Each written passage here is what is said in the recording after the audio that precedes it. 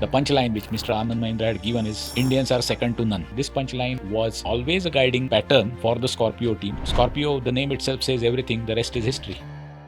There was a phase lag between the engine development and vehicle development, and this was the biggest challenge. I, as the program manager of the Scorpio powertrain program, went right up to Anand Mahindra and told him that you are the boss, it's your money at stake. You throw me out, you will save some money, but the entire credibility of M&M is at stake.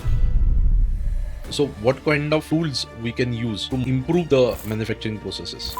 Has been a tool which has been in place for umpteen number of years. Such a tool, if properly implemented and properly deployed, it can lead to lot of process improvements and lot of cost savings. Kaizen is there, but when these names came up, this seems to be a very unachievable things to the many SMEs. What to do actually? Can you explain it in a very simple way? When somebody says Six Sigma, when somebody says Kaizen, people tend to feel, would I really understand? You just understand the basic bedrock of this, how did To achieve the manufacturing excellence, what key factors SME should look after? So one is, and second is, these could be some small steps with respect to success in manufacturing excellence.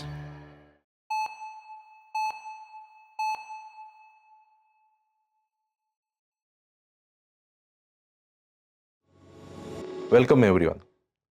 आज हमारे साथ है manufacturing के expert जिन्होंने Mahindra and Mahindra में as a project manager काम किया हुआ है, who is having 4 decades of expertise in manufacturing.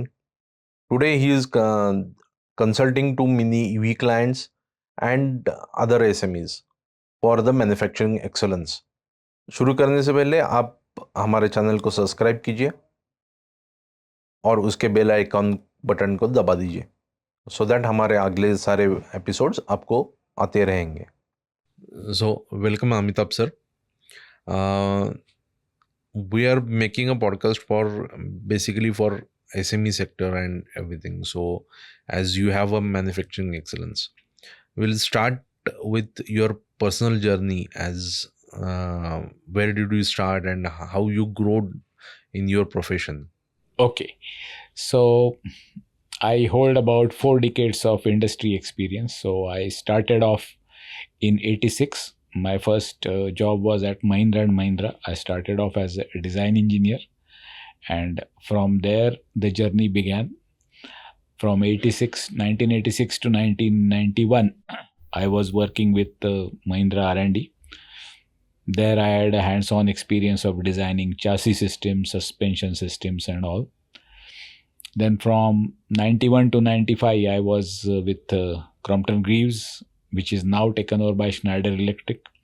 I was handling their low tension control gear equipment, which consists of air circuit breakers, molded case circuit breakers, contactors and relays. And I was handling customer care, which is now called customer care. In those good olden days, it was known by the common parlance called service. So service department, but was responsible for also the business part of it in terms of sale of spares and fast moving spares.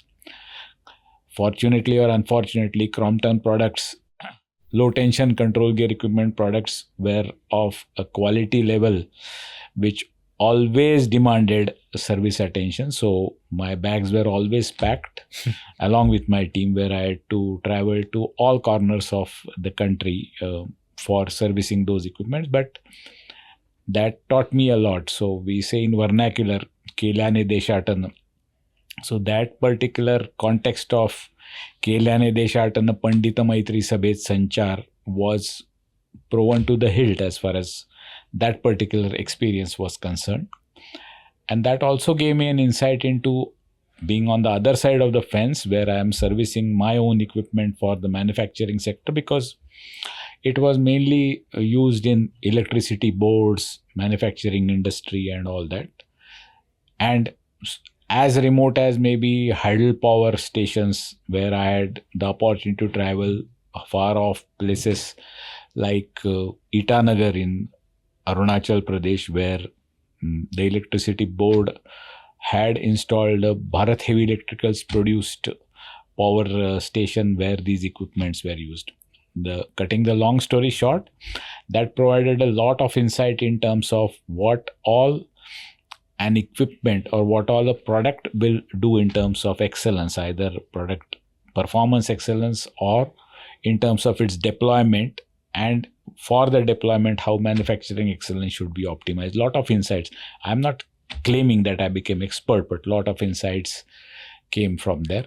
And 95 to 2004 was the golden period of my career, where I was once again called back to Mahindra and Mahindra when Dr. Pawan Goenka was heading Mahindra Automotive Division, and he had come from General Motors, and he was heading the R&D, and he envisioned the dream project of Scorpio that point in time. Okay. And I was associated with that project. So during that time span, I also had the opportunity of being member of an 7-member team, which was deputed from Mahindra's to Ford of USA and Ford of UK, because Mahindra's had a partnership with Ford then. Mahindra's had this stint of partnerships and JVs, if you would like to say so, with Ford off and on. Once or twice it happened. So when first it was there, I had the opportunity of being a 7-member team going to Ford of USA and UK and looking at all their process excellence models. And then after we came back, I almost single-handedly wrote a manual called Mahindra Product Development System. Not that Mahindra did not know how to make products, but with the experience of Ford, that particular manual laid all the fundamentals of product development in terms of concept, design, development, validation, and implementation. And in implementation, what comes is manufacturing excellence. Okay.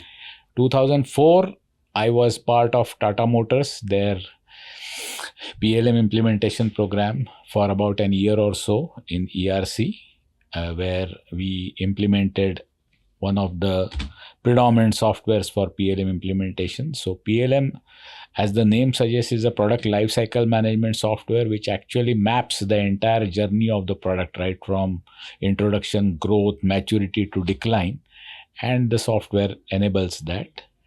And then my journey started with the IT sector, and I was with companies like Parametric Technology Corporation, which is provider of softwares like Creo and many other softwares like Windchill for product development. They also have now added products in terms of manufacturing. So all these are used in manufacturing.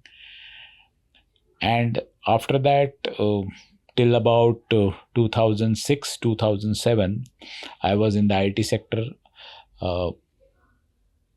I also was part of T-Systems, which is a global giant, which is part of Deutsche Telekom Group. They had set up an offshore development center in India way back in 2006-07. So I set up their PLM, product lifecycle management practice, in terms of scaling it up. Okay. 2009, once again I went back to Mahindra. So in my closer friend circle, it was jovially mentioned as Amitabh has a multiple entry visa in M&M, because I went back to Mahindra construction equipment. Very few people know that Mahindra is into construction equipment business. Yes. When you talk of construction equipment, name pops up in JCB, so much so that people knowingly or unknowingly equate the product with the company. For example, the JCB, which we say in common parlance as JCB, it's actually it is a backhoe loader, and that backhoe loader is the prime product of JCB. Even today, JCB holds 70% market share. So when I was in Mahindra Construction Equipment, today also Mahindra Construction Equipment continues to produce that product right under our nose in Chakan. But the market share of Mahindra is not beyond a single-digit market share even today. My JCB keeps on having that market share, predominant market share even today. So much so that whenever we used to go for, Mahindra has a plant in Jairabad. So whenever we used to go to Jairabad for some work, so I just can't forget that incident. The attendant in the guest house used to say, "वो अपने Mahindra JCB के साहब आए," and that was a very very what should I say, awful experience. So I told him कि at least तुम तो मत बोलो कि Mahindra का JCB है, ऐसा मत बोलो. I don't blame him, because for his level of literacy, he didn't know. But forget the level of literacy. Even in common parlance, we call it JCB. So Yes. In a jovial vein, this was an experience. And then after that I was in Mahindra Electric. That was my last stint of being associated professionally with corporate sector for about 4-5 years in Bangalore. So I was Chetan Maini, who has been the father of electric revolution in India. He was my boss, and I was handling their multiple functions: product development, IT, quality, reliability. And for the past, I left that in about 2016-17, and so far past 6 and 7 years, minus the 2 years of COVID, I am an independent consultant now, where I help companies in various sectors like electric vehicles, like drones, like solar powered equipment, like defense equipment, shape up their journey right from product development through quality management systems and manufacturing excellence downstream. So this has been my journey so far. I have tried to be as short as possible, but this is the span of the past journey, about close to 4 decades. Your any stories in Mahindra R&D when you were there? Like what kind of vision Mahindra is having? What kind of thinking? Okay. How far they are things? So I just can't resist quoting this example. When we were in Mahindra and I was associated with the Scorpio program, so I was the program manager for Scorpio powertrain, and it is with pride that I can quote that I was the program manager, and my colleagues were a guy called, he's a respectable figure in the automotive field now, person called Veluswamy, who now heads Mahindra Research Valley. He was, we were part of team. There was another person called Mahesh Babu, who was till very recently the CEO of Switch Mobility. So we were a part of the team who were doing the engine program for Scorpio powertrain. And we distinctly remember that the punchline which Mr. Anand Mahindra had given at that point in time is, Indians are second to none. And I think we can say with sufficient pride that whatever heights of achievement with both Velu and Mahesh have achieved is one thing in terms of a personal career and in terms of they being leading examples in the industry for people to follow, for sure.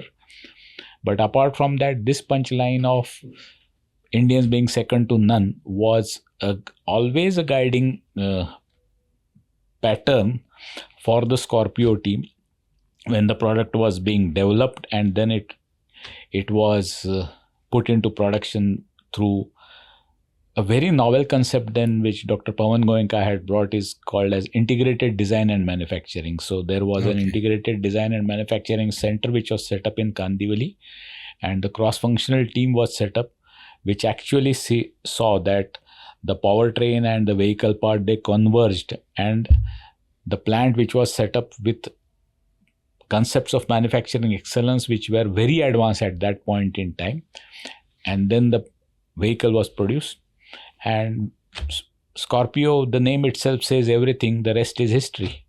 And after that, Mahindra has never looked back, and Velu has been instrumental in bringing products after products on the XV platform thereafter. But that was the first test of success. So in summary, the Mahindra vision which Anand Mahindra articulated, and Pawan Goenka really transcended it down to the teams, is in terms of Indians being second to none, and what it really takes in terms of really converting a concept into a success of brilliance. So that is what I would like to quote as an example. Okay, so while you joined as an engineer and you was heading the construction equipment, so what are the steps a person should take to make himself grow, to scale him up? Okay. Is there any special personality development is needed? Actually, you know what, Vishwesh, this is a very common cliche, a very commonplace question which people tend to ask in terms of looking at or when they are talking to personalities who have graduated in their career path. And the people who have graduated in the career path, they tend to give some sort of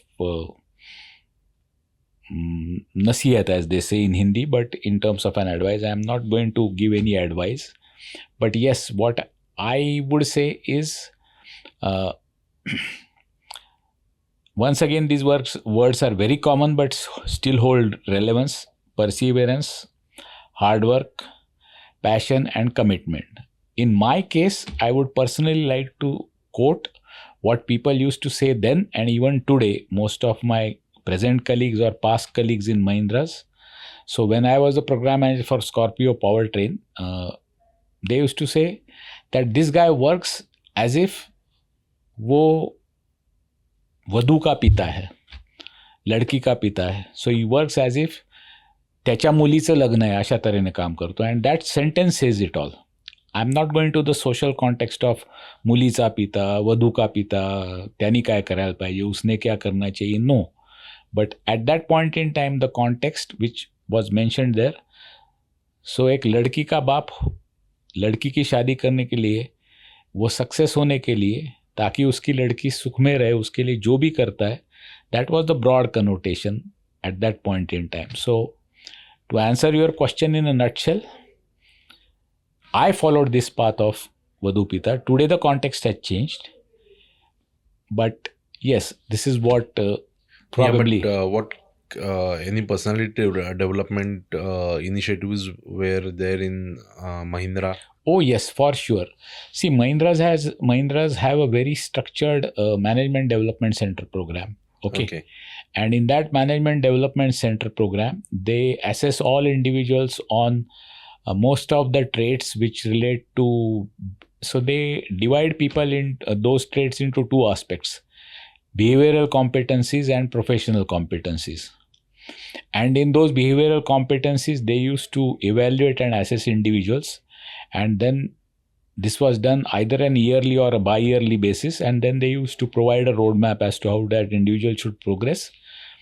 And based on the steps which he or she takes with respect to that roadmap, performance management was assessed, and then accordingly people were rewarded with respect to performance and all. So yes, so personality development, the company itself played a large role in terms of personality development, in terms of having this skills and competency mapping exercise done and providing a roadmap to the individual for the individual to perform accordingly. And then that helped a lot. So while a couple of moments ago, the example which I gave at a personal level, at an organizational level, this particular structured way of working for personality development helped a lot.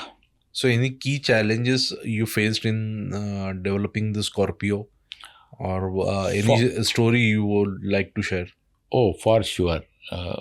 I would definitely like to share this story.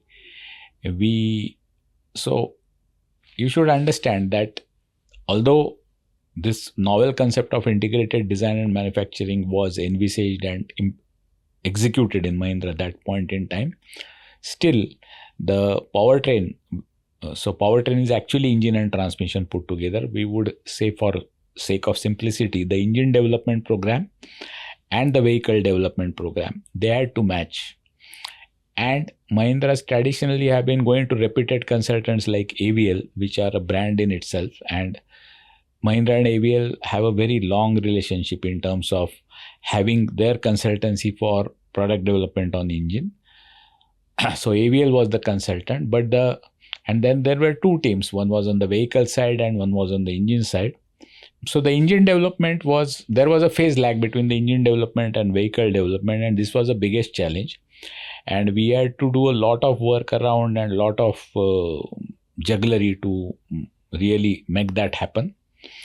And at that point in time, I was not a much known figure in Mahindra and Mahindra. But when this was lacking and the engine plant in Igatpuri was in a way out of phase with respect to what is needed for the overall organizational initiative, I, as the program manager of the Scorpio powertrain program, went right up to, of course, keeping all the senior leadership in loop, went right up to Anand Mahindra and told him that you are the boss, it's your money at stake.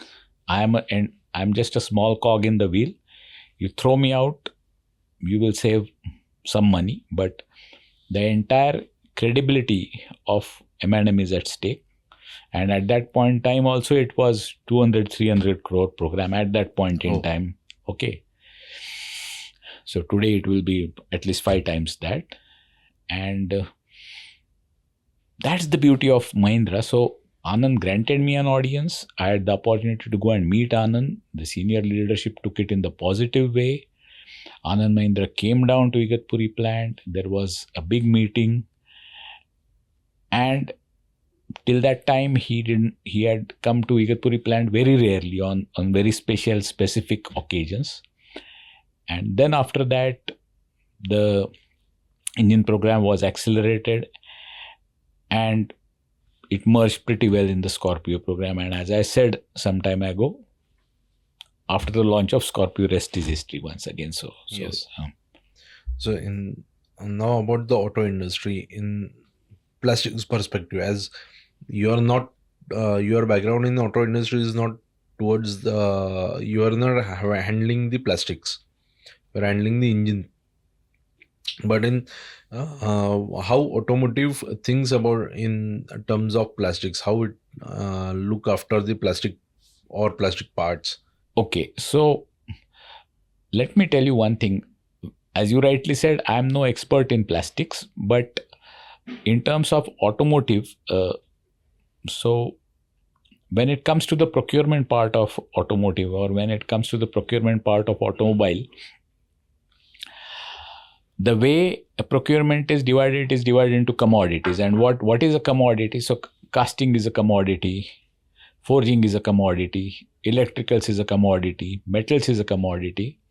So in those commodities, automobile industry, and especially in M&M, we had this commodity of injection molding, plastics, FRP, PU.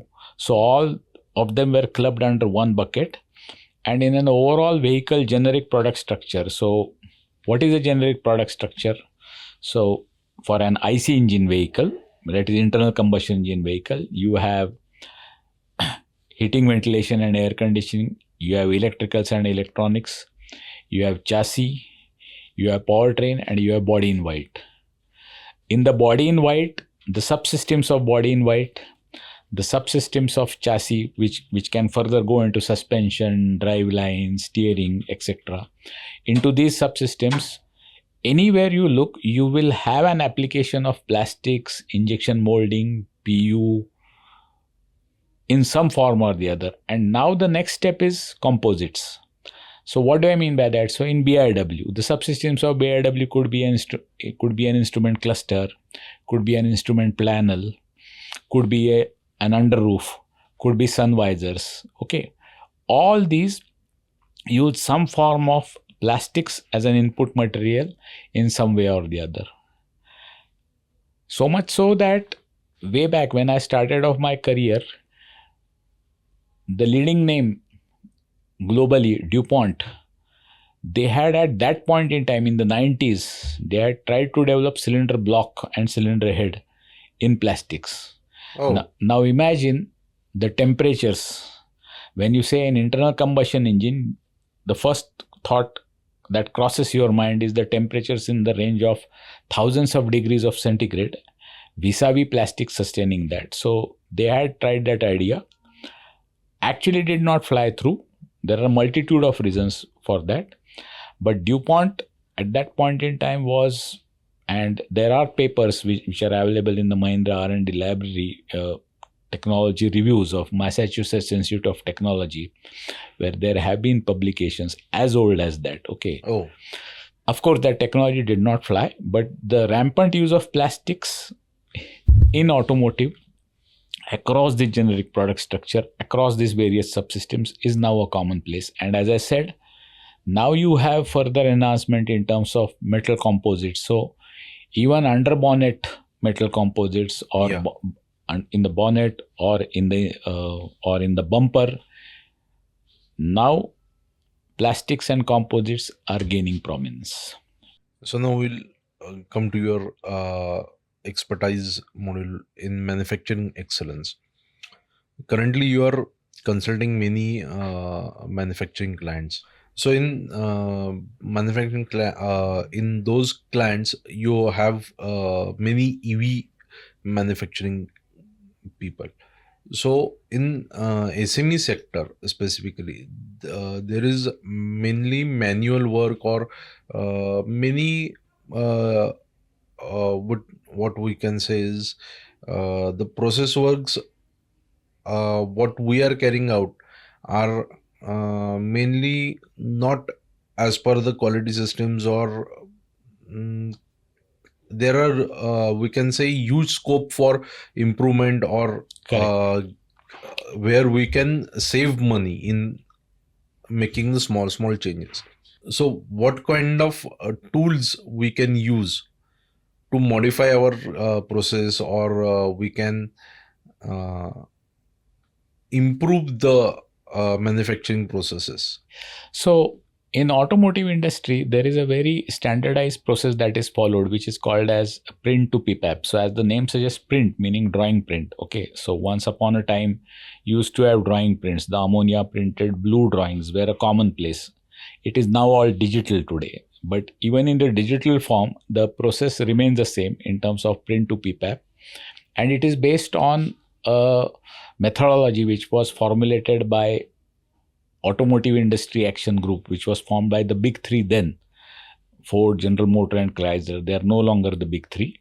Now it is replaced by an very broad global organization called IATF, International Automotive Task Force. Okay, and that IATF standards are in place. So they formulated a standard called IATF 16949, which actually is a combination of the sprint to PPAP methodology and IATF standard, which essentially lays down the framework for tier 1 suppliers to OEMs to actually follow a process from having customer input requirements in your hand and then delivering the part, the component, the subsystem with whatever you are dealing to the OEM at the desired level of quality and quantity.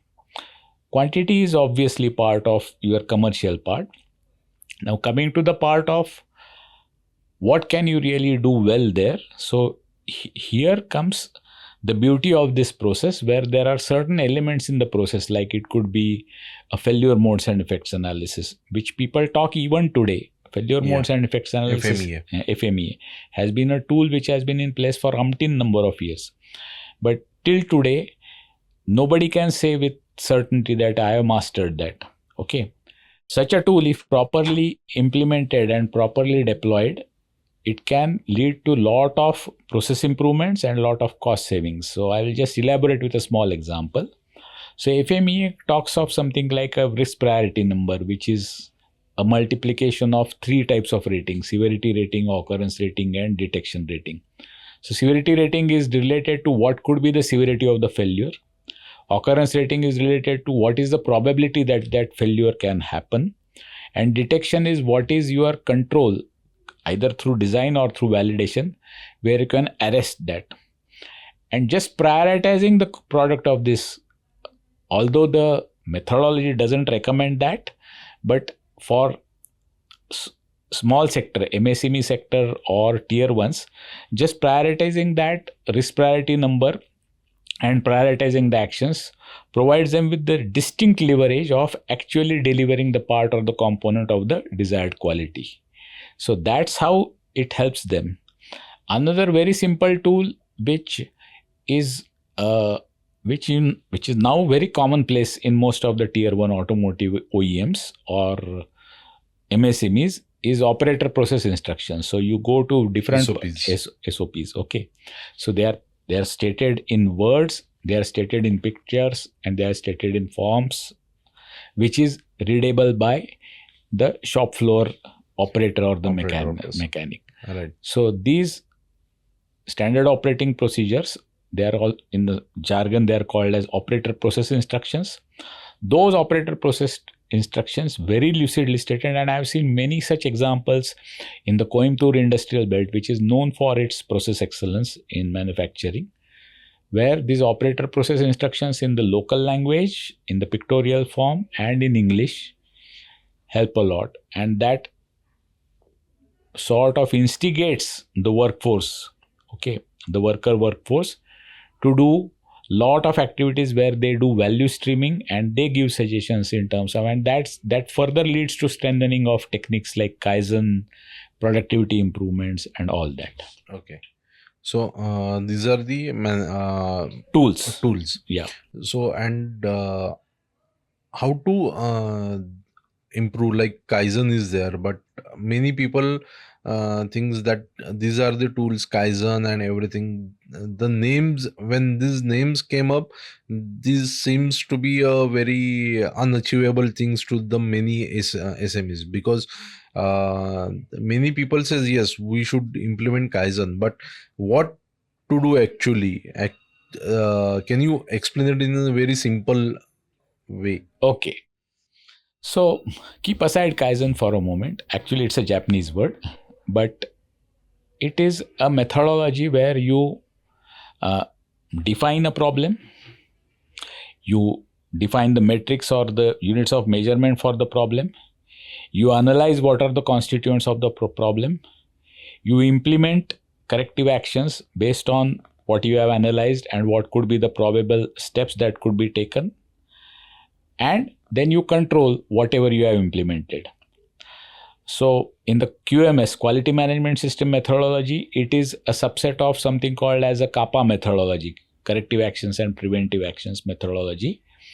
So this particular methodology of now whatever I explained is called as DMAIC, DMAIC, DMAIC methodology, which forms the fundamental bedrock on which the entire Six Sigma process is based. Now, Six Sigma, you go into the statistical part of it, there is a lot of jargon in that in terms of what constitutes a Six Sigma, what is plus 3 Sigma limit, what is minus 3 Sigma limit, how much population will lie. So that particular statistical concept, mathematically, in quantifiable objective terms, is converted into these subjective terms, and these are the process steps which are laid out.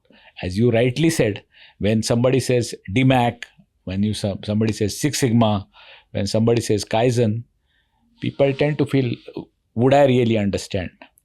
That's why 5 minutes ago I said, you just understand the basic bedrock of this in terms of how do I define a problem, how do I attack a problem, how do I do the root cause analysis, how do I chalk out interim and permanent corrective actions, how do I implement them, and how do I control them. This is a language which everybody would understand, and people will feel, well, yes, this is that way I can understand and easy to implement. End of the day, it is a subset of all these methodologies which you are hearing about. To achieve a manufacturing excellence, what are the key factors we have to think? Okay, first and foremost, it starts with, if we talk of product companies, I am talking of product companies here. So for product companies, it starts with the product. Okay, it starts with the engineering of the product. Okay, and what are its features, what are its dimensions, and what really needs to be produced, and how it needs to be produced so that the design intent is met. Once that is known, then you lay down what is known as a process flow chart in terms of how the product will be manufactured. And once that is done, then you do a analysis of in what ways this particular manufacturing sequence could fail, and you put measures in place so that it will not fail, and then you put that particular system in operation. This can be done in two ways. This can be done manually on a paper. Today, once again, in the digital age, then you can do it digitally. And now you have umpteen number of, today the recent buzzword is AI. Forget AI. Irrespective of AI, you have umpteen number of tools which can help you, whatever you have laid it out on paper, how to convert it, how to visualize it, how will it perform. And so, for example, one metric of design manufacturing excellence is cycle time. Okay, now that applies for a mass Right. manufacturing company. So how to achieve the cycle time? So today there are a lot of digital tools available, but before even you do that, whatever I said a couple of moments ago in terms of laying it out will help in achieving the manufacturing excellence. And I can give an example. Now this is for mass manufacturing company. One of my clients, marquee clients, has been a drone manufacturer. Now drone is not a mature product like an automobile. The industry itself is nascent. So for that drone manufacturing company, what we did is we really first brainstormed into what could be a right way of manufacturing for that company. Is it job order manufacturing? Is it batch manufacturing? Is it mass manufacturing? Then we said that, okay, it is more in the nature of batch manufacturing. So if it is more in the nature of batch manufacturing, what is the input? What is the output? All those mathematics was calculated. And accordingly, then we planned a layout in terms of how will the product flow Okay. for manufacturing in terms of what are the stations.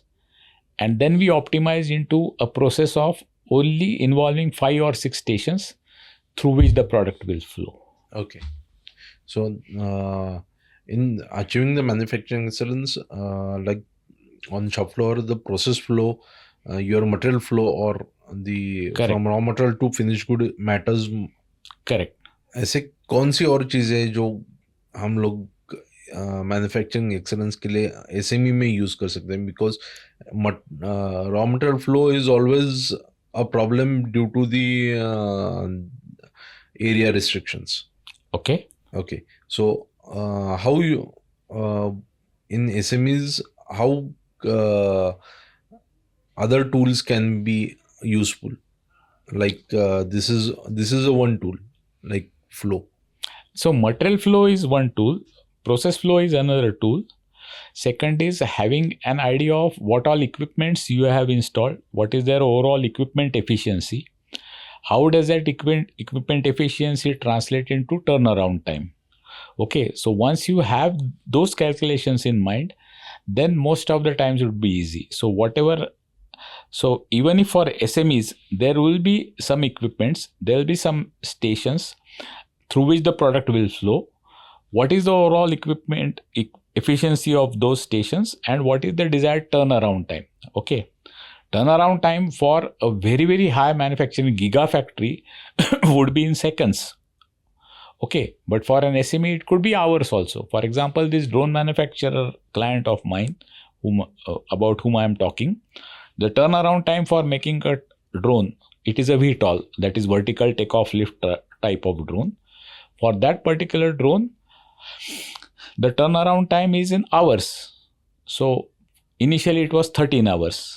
Then the manufacturing process sequence was optimized to bring it down from 13 to 11 hours, then from 11 to 8 hours. So apart from just the raw material flow, which is a common problem for SMEs, what really needs to be optimized, and it will vary from case to case basis, is in terms of optimizing the manufacturing process sequence to really achieve the desired turnaround time. Okay, so concept used in automobile companies is takt time, but SMEs can use a simple term called what is my turnaround time. Turnaround time means my raw material input at the gate coming to the stores to my finished product going out of my factory gate for dispatch. What is my turnaround time? Okay. That could be one small metric of performance which SMEs can start monitoring, tracking and measuring effectively. Okay, so in this process, any digital tools are available to find out this type of turnaround or yes, something? there are many digital tools which are available. So there are, especially on the mechanical side and the automobile side, there are 3 major players: Siemens Industry Software Solutions, or now they have called themselves Digital India Siemens Software Solutions. There is another company called Dassault, Okay. okay, which has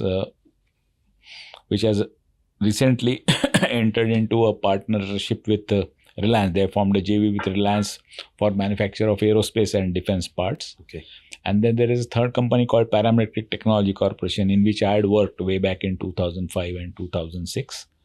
All these three big companies globally, they have software tools, digital tools for simulation of layout of a factory, visualization of a factory, and looking at a process flow in the factory. But is they have affordable solutions for the SMEs? Well, on a public platform, commenting on that is a very tricky and difficult question.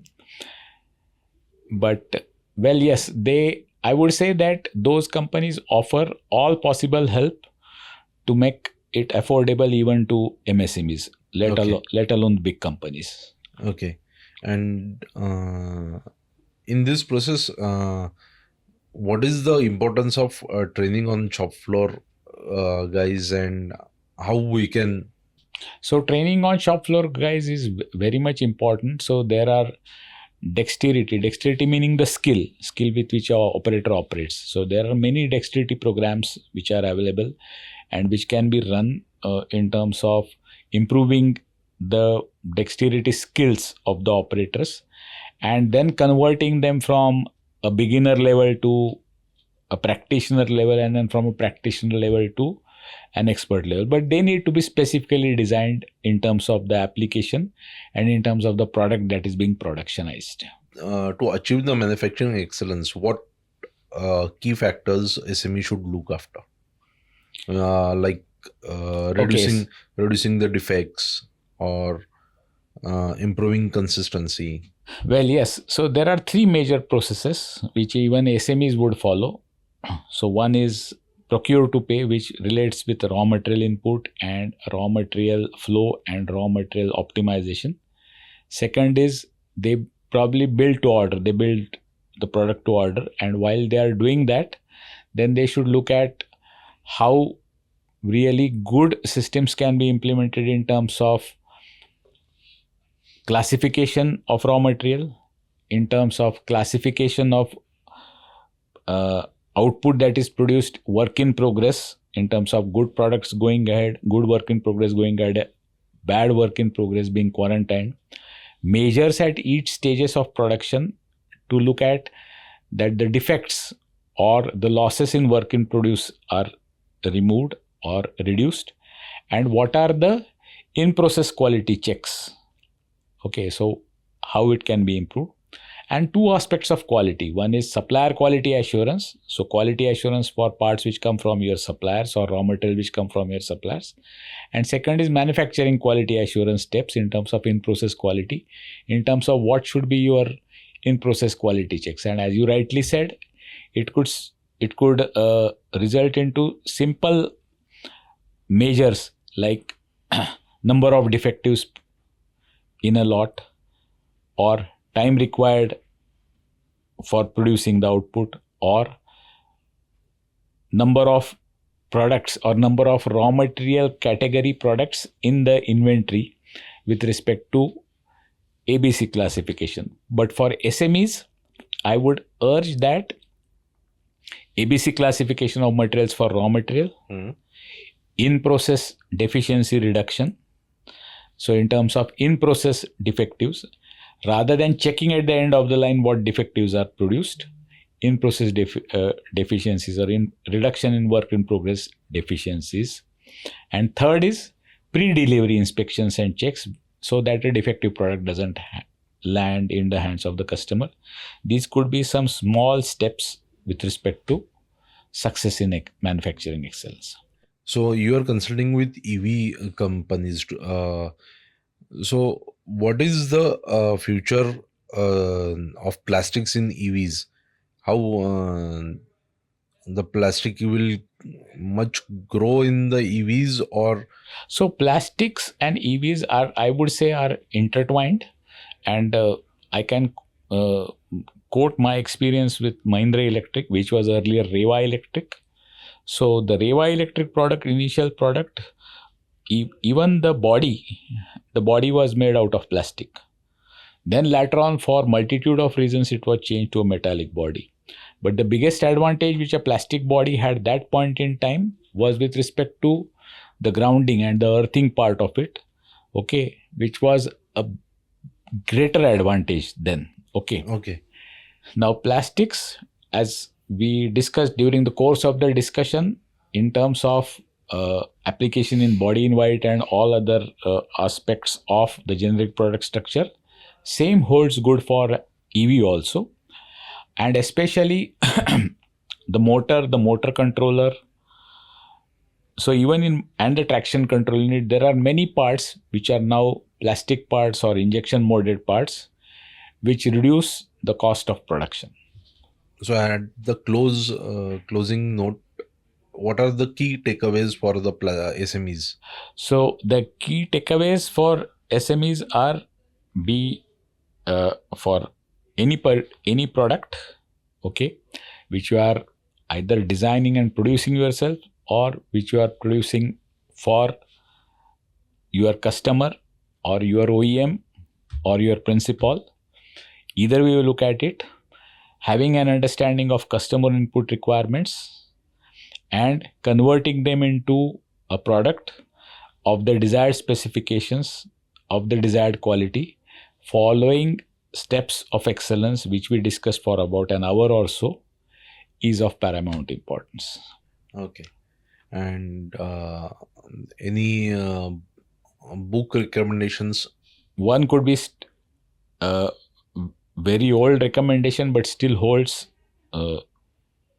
especially for the SMEs, still holds water, still holds relevance today, is the book called The Goal by Eliyahu Goldratt. Okay.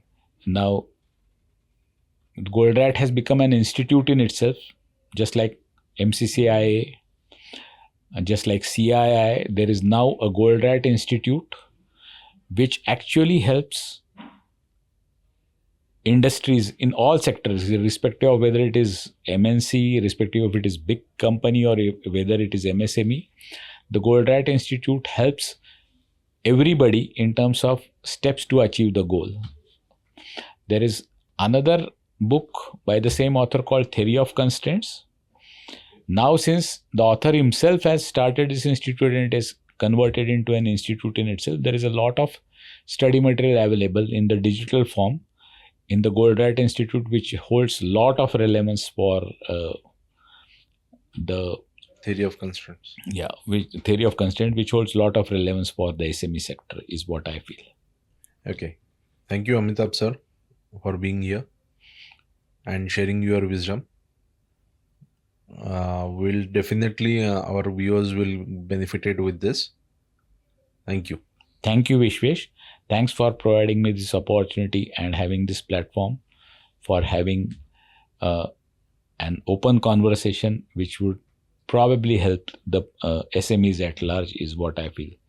Thanks for the opportunity, though. Thank you very much. Thank you.